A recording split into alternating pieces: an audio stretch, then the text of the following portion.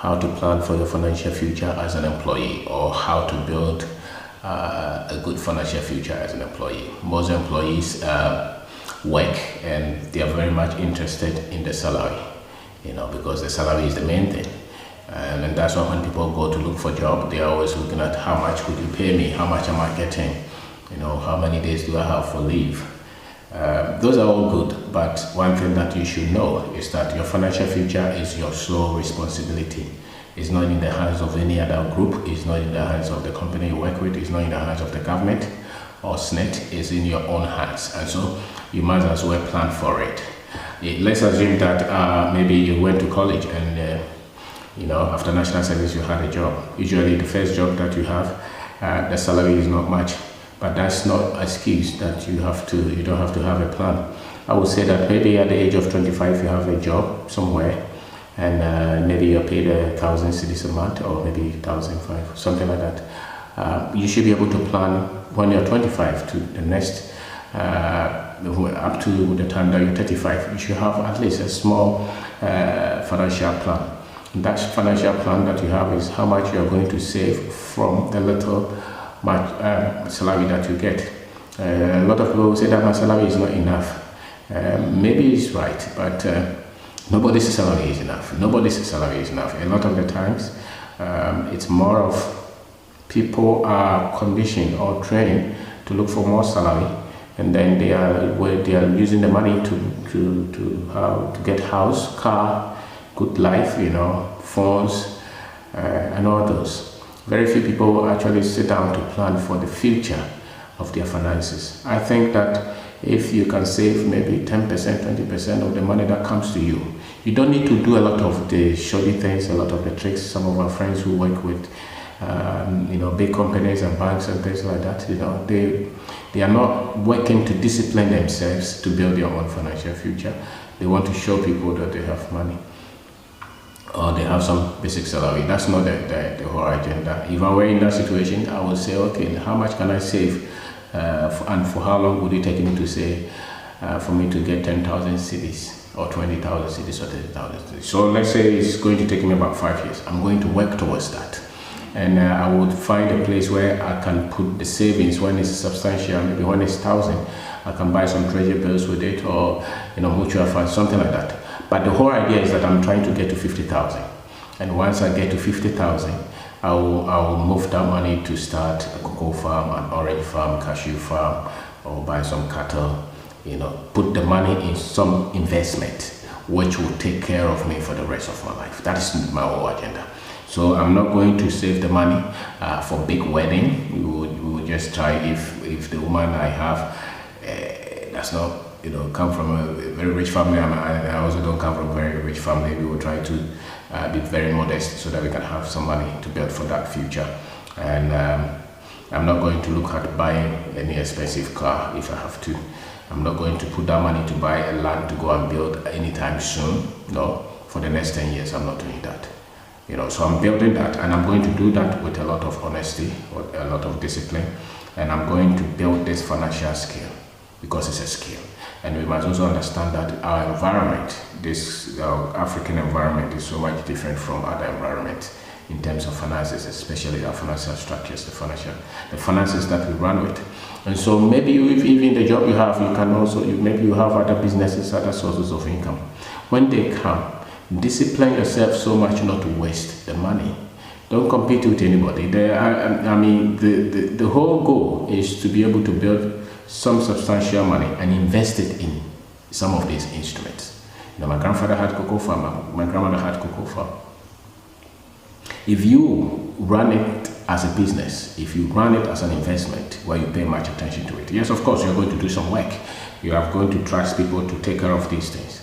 If you do that, the next 10 years, the next 20 years, you'll be able to build substantial amount of investment in some of these areas that you'll be so much proud of. When others are just doing all kind of ways and means to get money, you'll be so much proud of that. You started with little, but you've been able to invest the money in this. People are investing in coconut farming. People are investing in all kind of farming, and yet they still keep their job. Some of these things can be done if you liaise with your family, at least back home, where you come from. And if you don't have that, you may have to find that as well, because the whole idea, I don't think that human being must come here, live and be poor all their lives.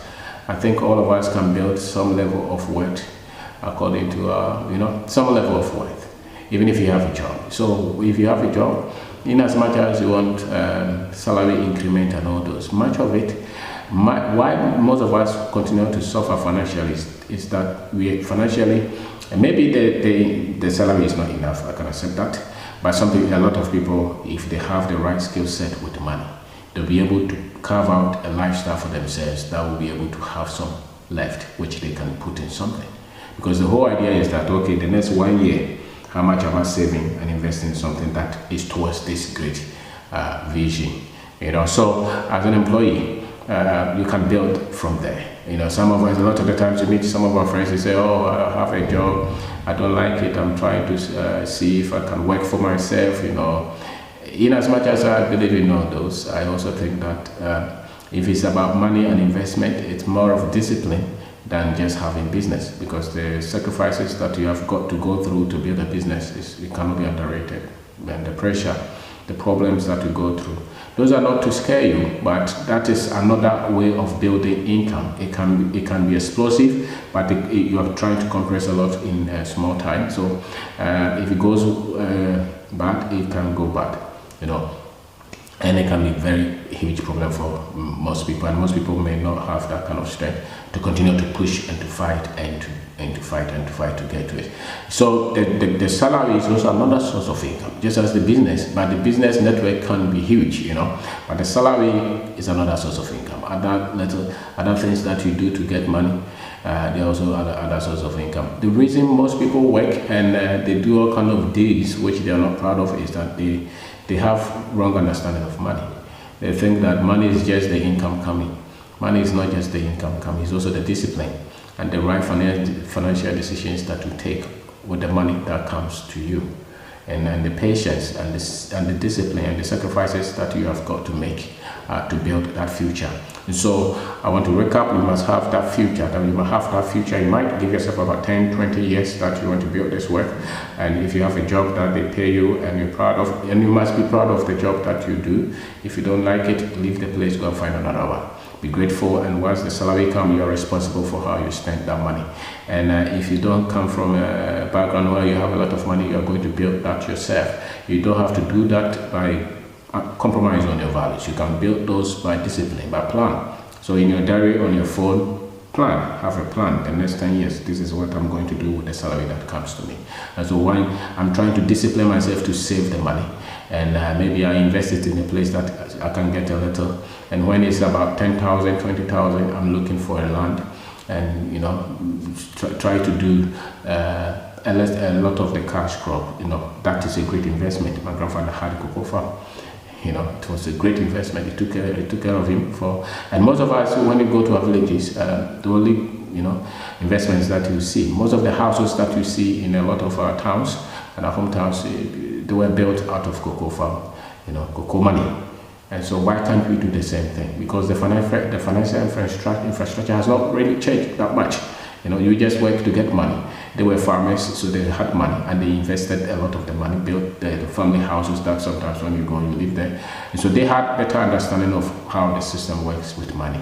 Majority of us, our understanding of money is that we should be able to have a bank financing our house, a bank giving us money to buy a car, but not so much as a discipline as saving money and investing in and building in ourselves. And if you're able, the good thing about it is that if you're able to do this, then it will not only benefit you, but it will also benefit your children and those who will come after your children as well. So it's something that all of us can do. We may not be able to do it in the millions, maybe initially, but if we are very disciplined and we understand and we have strong system, and if you're married, both of you can put your mind together. You bring salary, I bring salary, we can save a certain part for a certain amount of years, and instead of us going to buy land and trying to build a house to live in, so because we are tired of paying rent. That is why most people never become financially successful, because we just want a house. But I think that you should put the money in something that will grow the money. If you build a house, you are not growing the money, you just have ego. you're very happy, you can show your house to a lot of people. But I would rather want to build that than out of that I will build a house.